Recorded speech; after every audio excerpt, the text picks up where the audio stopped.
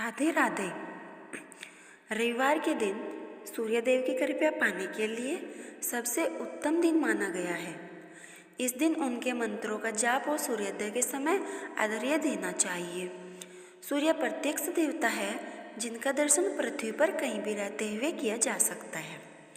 आइए अब हम जानते हैं रविवार की कथा के बारे में। रविवार के व्रत की तरह इस व्रत की कथा भी बहुत ही रोचक है। प्राचीन काल में एक नगर में एक वृद्धा रहती थी।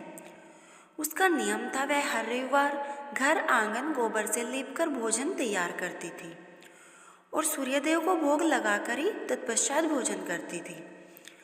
ऐसा व्रत करने से उसका घर अनेक प्रकार के धन धान्य से पूर्ण था। श्री हरि की कृपा से घर में किसी भी प्रकार का कोई विघ्न या दुख नहीं था। सब प्रकार से घर में आनंद रहता था।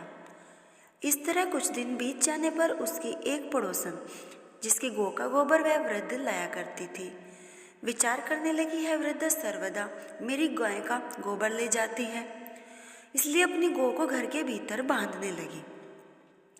वृद्धा को गोबर न मिलने से रविवार के दिन अपने घर को वह नहीं लीप सकी, इसलिए उसने न तो भोजन ही बनाया न भगवान को भोग लगाया और स्वयं भी भोजन नहीं किया।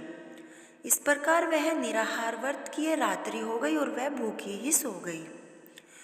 रात्रि में भगवान ने उसे सौंपन दिया और भोजन न बनाने तथा भोग लगाने का कारण पूछा।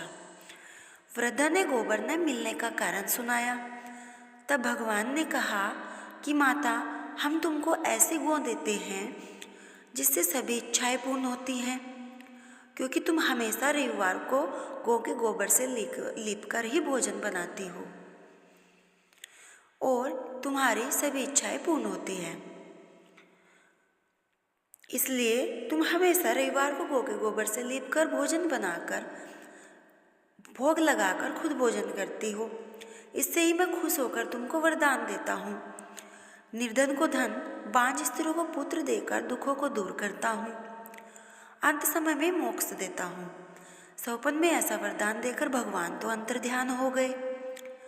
अब वृद्धा की आंख खुली तो वह देखती है कि आंगन में एक अति सुंदर गौ का बछड़ा बंधा हुआ है। वह गाय और बछड़े को देखकर अति प्रसन्न हुई और उसको घर के बाहर बांध दिया और वहीं पर खाने के लिए चारा भी डाल दिया। जब उसकी पड़ोसन वृद्धा ने घर के बाहर एक अति सुंदर गौ और बछड़े को देखा तो देश के कारण उसका तो हाद्य जल उठा। उसने देखा कि गाय ने सोने का गोबर किया है, तो वह उस गाय का गोबर ले गई और वहां पर अपनी गाय का गोबर उसकी जगह पर रख गई। वह नित्य प्रति ऐसा ही करती रही और सीधी सीधी वृद्धा को इसकी खबर तक नहीं हुई। तब ईश्वर ने सोचा चालाक पड़ोसन के कर्म से वृद्धा ठगी जा रही है, तो ईश्वर ने संध्या के समय अपनी माया से बड़े जोर की आंधी चला दी। वृद्धा ने आंधी के भय से अपनी गौ को भीतर बांध लिया। प्रातःकाल जब वृद्धा ने देखा गाय ने सोने का गोबर किया है तो उस आश्चर्य की सीमा ही नहीं रही। वह प्रतिदिन गौ को घर के भीतर ही बांधने लगी।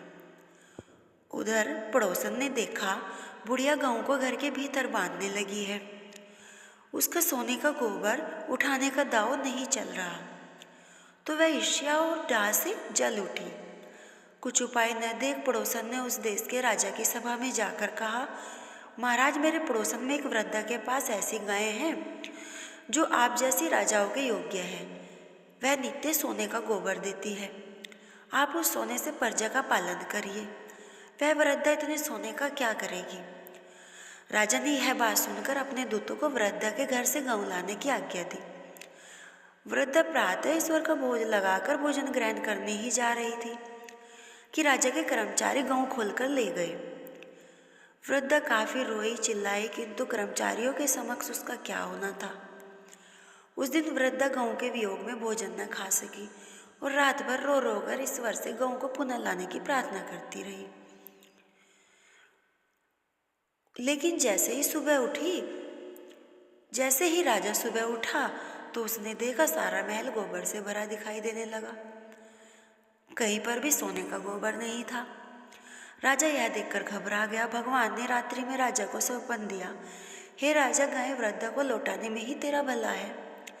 उसके रविवार के व्रत से प्रसन्न होकर मैंने उसे गाय दी थी। प्रातः होते ही राजा ने वृद्धा को बुलाकर बहुत से धन के साथ सम्मान सहित गौ बछड़ा लौटा दिए। उसकी पड़ोसिन को बुलाकर उचित दंड दिया गया। इतना करने के बाद राजा के महल से गंदगी दूर हो गई। उसी दिन से राजा ने नगरवासियों को आदेश दिया, राज्य की तथा सभी समस्त मनोकामनाओं की पूर्ति के लिए रविवार का व्रत रखा करो। व्रत करने से नगर के लोग सुखी जीवन व्यतीत करने लगे। कोई भी बीमारी तथा प्रकृति का प्रकोप उस नगर पर नहीं होता था और भगवान की कृपा से सारी प्रजा सुख से रहने लगी।